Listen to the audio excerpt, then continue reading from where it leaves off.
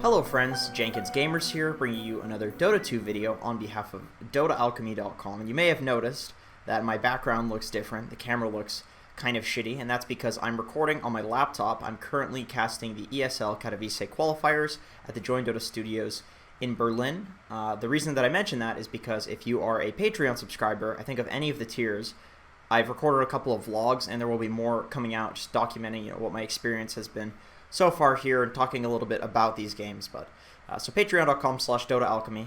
Donnie was told by some business dude that we should shout out our Patreon more frequently, shout out our website more frequently, just to be candid, so that's why I'm doing it. But in any case, what I want to check out in this video is Deth's Enigma, coL.Deth. This is a new guy, Southeast Asian guy, playing on Complexity. He completely carried them in numerous of their games, but I think this is the most important one because he had the most important job in this game.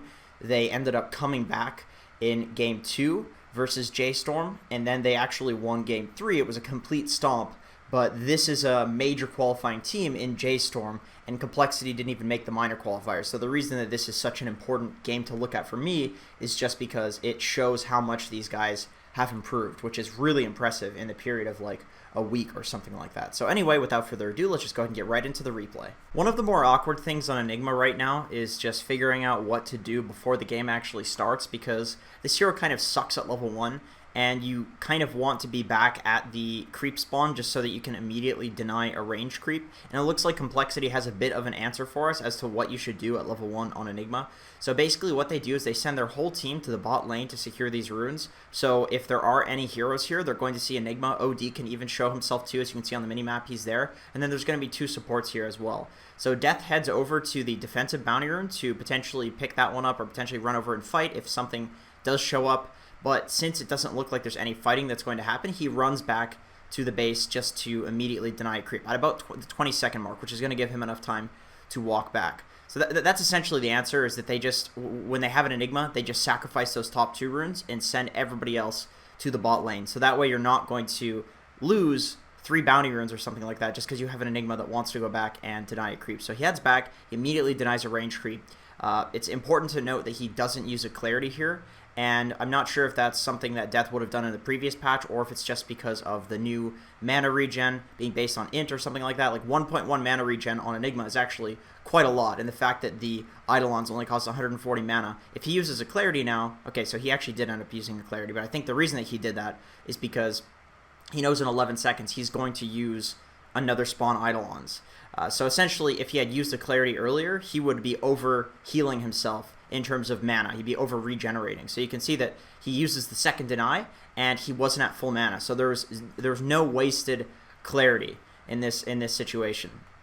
So one of the other questions on Enigma that is kind of complicated is like, what do you start with? There are so many potential items you can start with. I've seen people do a bunch of regen. I've seen people do, this like Blightstone, Orb of Venom, boots. I've seen everything, and it looks like just because there's a tri-lane down here with the Lich and with the Tusk being here as well, and the fact that they just want to pressure move really hard on this Tidehunter, Deth went for a Blightstone, and this is just because there are 3 heroes down here. They're all doing right-click physical damage, especially with the Tusk's tag team. The Eidolons do physical damage, so technically this is going to give them a lot of kill potential, and this is one of the best items for speeding up Enigma's farm as well. So in this game, Deth rushes a Soul Ring, which is just the lowest cost item that's going to allow you to sustain your Eidolons and spawning Eidolons.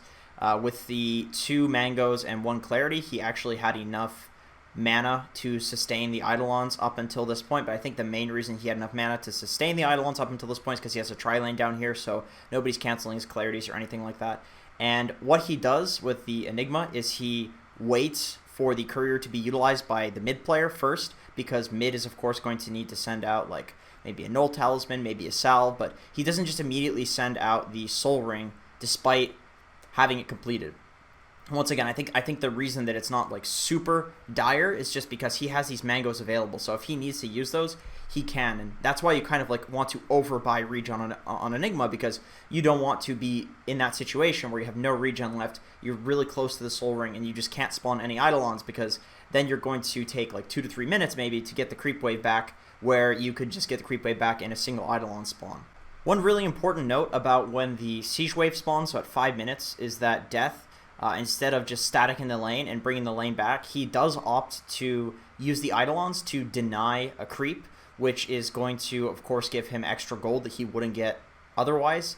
He does not deny the siege creep, and he starts tanking the wave, and he starts pushing the wave with the Eidolons. So this is a nice little kind of greedy way to get gold that he wouldn't have otherwise gotten. Like, he's still denying, but he's also pushing out the creep wave, so he's not risking the enemy team pushing with the siege wave, and he's not denying his siege wave because he wants that opportunity to save that siege wave and potentially push with it. So I just thought that was kind of cool. It was a nice little balance between greed but also keeping that siege wave alive for pushing and objectives. The next thing that I want to talk about is essentially just early game black hole usage. I think that it's really important to note that this ability is something that when you're using it in the early game, you can honestly just use it for like a single kill. You don't need to worry about getting some huge black hole off. I've seen a lot of people just holding it, and as a result, it just never gets used until they have a blink dagger, and it's like, well, what's the point in having this cooldown if you're just never going to use it? And Death, in this game, he opts to just use it on the Tidehunter, and the reason that this is really important is not necessarily because of the kill. It's more so because what this does is it's allowing them to get this tower, to pressure this tower, which means that they're going to force TPs to this lane. If they get the tower, of course, that's going to be bonus gold and map control, but even if they don't get the tower, which it looks like they're going to, they would still force like 2 or 3 TP rotations down here in order to defend this. And so even if you don't get a kill, just pairing up 2 cores in a lane, like the OD and the Enigma, this forces the enemy team's hand that you make a move, which causes them to have to make a response to the move, which will reveal information on the map, aka this guy doesn't have a TP, this guy does have a TP, and then your team can make a move elsewhere. So basically what I'm saying is Death using the black hole there is just really important, not because of the kill, but more so because of the strategic advantage that his team gets on the map by having them be the first one to take a tower, for having them be the first person to make a move. It's kind of like in chess, where if you make the first move, you have the tempo, and the opponent's job is just to get that tempo back. That is exactly what Death is doing by using that black hole. He is gaining the tempo for his team and calling his teammate, in particular, another core to the lane to make that rotation is really important, because otherwise that is not a scary rotation. In order to gain the tempo in Dota, you need to be the one that's making a rotation that has to be responded to, and I think without the OD or without the Terrorblade, that won't be a rotation that they have to respond to, and the Terrorblade is farming, so it has to be the OD either. So from the moments in the last clip up until, like, I don't know, 25, something like that, minutes into the game, Death is just playing this kind of split pushing style Enigma, just like in the previous patch. He eventually ended up getting the tier 2 just because the Terrorblade was in the area scouting up that high ground. Death has actually died a few times just pushing past this high ground because it's very, very dangerous, but I think this is like an intentional choice where he knows he's putting himself in danger, but it's just to secure his team that they can go into the late game. But it's around this time where J-Storm starts gaining control of the game, just because J-Storm has a really good team fighting lineup. They have a really good early game centric lineup, and coL.Deth definitely has the late game. So basically, Death plays in this kind of split pushing style for quite some time until there hits a point where he has to make a really crucial decision in a team fight where they're defending high ground. So basically, J-Storm's in control, and coL.Deth eventually takes control back by a really nice decision. Okay, so this isn't exactly the moment that I was referring to. I think this forced J-Storm to make a decision which led to the moment that I was referring to in the previous clip.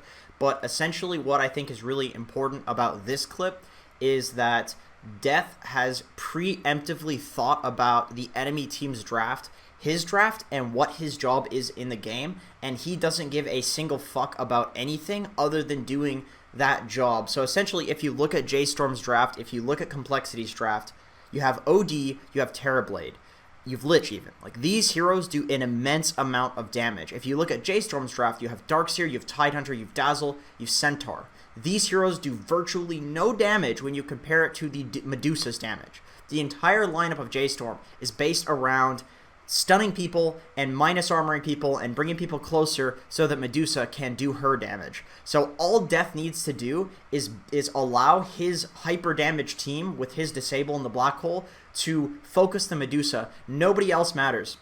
So you can see that his camera shot is on the Medusa. He sees that the Medusa is out of position, and all he wants to do is to black hole the Medusa. BKB, black hole the Medusa. All he has to worry about canceling the black hole is the Medusa ulti. Medusa does not have the ulti on. So basically, they go high ground. He uses the black hole on the Medusa.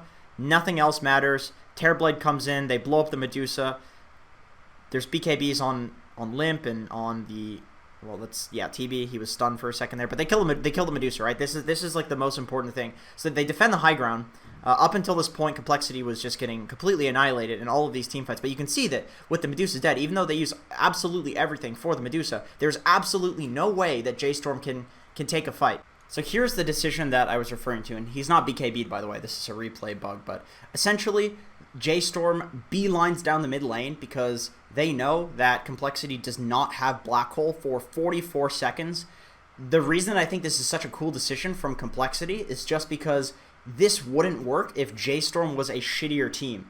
Complexity knows that J-Storm is a good team and that J-Storm is going to have timed the black hole and know that it's down for 44 seconds. So that means that they're going to beeline down the mid lane and put themselves out of position for the black hole, but there's no black hole, so it doesn't matter. So basically what J-Storm's trying to do is in the 44 seconds that the black hole is down, they're trying to get this Rax because J-Storm knows that Complexity has a way better late game draft. But it doesn't matter if you have a Rax, because if you have a Rax, you always have that informational advantage of having the creeps pushed in. So you're going to know if somebody's in the base, you're going to split the enemy team up constantly, you're going to know if they're smoked, because if the creeps are in the base, then they're probably smoked, because they're not defending it. So there's all of this late game advantage that comes from having a Rax. So J-Storm is trying to abuse the fact that this black hole is down and gain that advantage.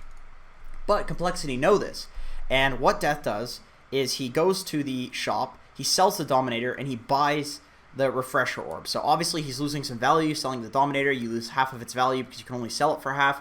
He's going to refresh a 44-second or 40-second cooldown ability, so he's losing value in that because, you know, technically you would want to use the black hole, refresh, and then use the black hole, but what value he's gaining is the fact that J-Storm now thinks that black hole is down for 40 seconds, and it's not. So this is insane value, but only because he knows that J-Storm is going to have timed this, and because they've timed it, they're going to be sure that it's not up, and they're going to put themselves out of position, especially because Lich smokes the Enigma so he can get a better initiation. So all Death needs to do is black hole this Medusa. That is it. Nothing else matters.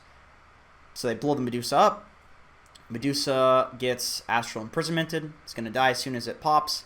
And once again, we end up in this exact same scenario where Complexity is just chasing, they're just chasing J-Storm out, and there's no way that J-Storm could fight without the Medusa. The Medusa is all the damage. So despite not having cooldowns, it doesn't matter because the Medusa is the only way that J-Storm could fight.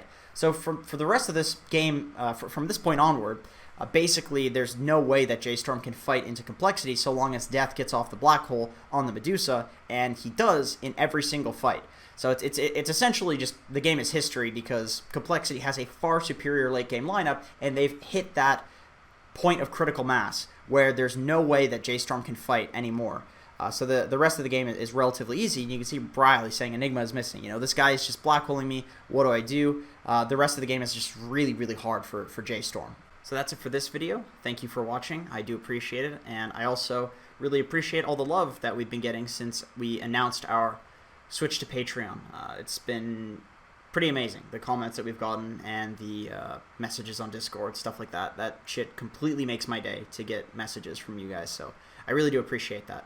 If you guys want to see any content that's like this, any replays that you want me to analyze in terms of like pro replays, please post those in the comments below, maybe with like a little bit of a description on what you found interesting in the game. Love doing these pro replay analysis, and if there's anything that I'm missing that's currently being played in Dota that would be cool to analyze, that would be a goddamn shame. So anyway, thanks for watching. I appreciate it, and I hope to see you in another video.